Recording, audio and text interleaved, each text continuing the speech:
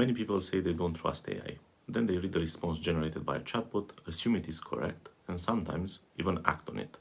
They use it in an email, they base an important decision on it, they repeat it to someone else. That is the part worth paying attention to. Not what people say when it comes to artificial intelligence, but what they do.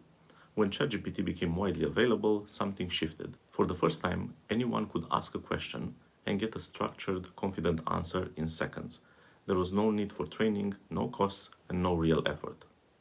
And the output looked solid. Clear sentences, logical flow, no hesitation. It did not feel experimental. It felt usable, and that is exactly why it spread so quickly. Before this, AI felt distant, technical, abstract, something other people were working on. Now it was in your hands. You could use it, test it, push it, use it for real tasks. And very quickly, people did what people always do with useful tools. They started relying on it a bit too much. But here is the key part that we should consider. AI tools like ChatGPT are not designed to be right. They are designed to produce responses that sound right. That is a very important difference. The system generates language that is coherent and plausible. Not verified, not guaranteed, but plausible. Think of it this way.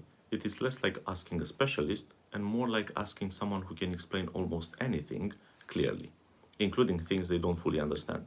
And the key detail is this. It does not slow down when it is unsure. It does not pause and rethink. It keeps going until the answer is complete. That is what makes it useful, and that is also what makes it risky. The reason this feels convincing is simple. The answers are clean, they are structured, they follow a logical flow. There is no hesitation, no visible doubt, and when something is clearly explained, we tend to assume it is also correct. That assumption is doing most of the work. It is a bit like reading something well written and thinking this must be correct, as if clarity automatically means accuracy. It does not. If that were true, every confident LinkedIn post would be a peer-reviewed paper. It is not. So when people say AI gets things wrong, they are not entirely incorrect, but they are focusing on the wrong part. The mistake is expecting it to behave like a source of truth. That is not what it is. It does not verify information in real time. It does not decide what is true. It produces what is likely to make sense based on the input. And this is where things start to shift. At first, you use it to explore ideas, and that's perfectly fine. Then you use it to move faster, also perfectly fine. Then, without really noticing, you start trusting it a bit more than you should. You stop double-checking simple things, you accept answers that sound reasonable. Not because you suddenly decided to trust it more, but because it feels unnecessary to question something that already sounds complete. This is not a dramatic shift. There is no moment when you say, I will now trust AI, without thinking. It happens gradually. One answer you do not check, then another, and over time, checking starts to feel optional. This is the line to keep in mind. Fluency is not the same as accuracy.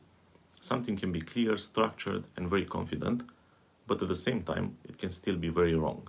And the better it is written, the harder it is for us to notice. There is also an explanation for why the answers feel so reasonable. These systems tend to follow the most common patterns in their training. That keeps responses coherent. But it also means they lean toward what is widely acceptable or expected even. So the output feels familiar, like something maybe you heard before. And familiarity is very easy to confuse with correctness. It is like asking a question to a room full of people and getting back the most socially acceptable answer. Not necessarily the best one, not necessarily the most accurate one, just the one that fits. AI is very good at giving you that kind of answer. So what is the real risk? It is not that AI makes mistakes. That is expected, at least in my opinion. The real risk is that it produces answers that feel correct, and that has an impact. That feeling replaces the need to verify. Once that happens, something changes. You are no longer evaluating the output, you are accepting it as it is. And that shift does not stay isolated. It becomes a habit. Not checking once turns into not checking consistently. And that is where small errors start to accumulate into bigger problems. At that point, nothing has failed technically. The system is doing exactly what it was built to do. What has changed is the role of the user. Judgment is no longer active in the same way. It has been replaced by ease. And ease is comfortable, but it is not reliable. So it helps to think about AI differently. Not as something that gives answers, but as something that helps you work through ideas faster. It can suggest directions, surface options, help you start or even refine something that you started already. But it does not decide what is correct. That responsibility stays where it has always been, with you. In many ways, it behaves like a mirror. If the question is vague, the answer will also be vague.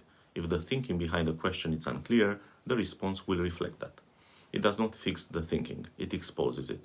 Sometimes helpfully, sometimes uncomfortably. This is why questioning the output matters. Not occasionally, but consistently. Pushing back, asking for clarifications, checking what does not fully hold. That is not extra work, that is the work. So the next time something from your AI chatbot sounds convincing, do not stop there. Ask one more question. Is this actually correct? Or does it just read well? Because the difference matters and is very easy to miss, especially once you stop looking for it. It's very hard to notice it exactly when it matters most. AI is useful, for sure, at least in my opinion, it can do amazing things. It can speed processes up and support how you think, but it does not replace judgment, and it was never designed to. The more convincing it becomes, the more important it is for us to remember where judgment should always sit. In the next video, we will get practical, because the way you ask your questions and how you decide to engage with AI shapes everything you get back. Thank you for watching.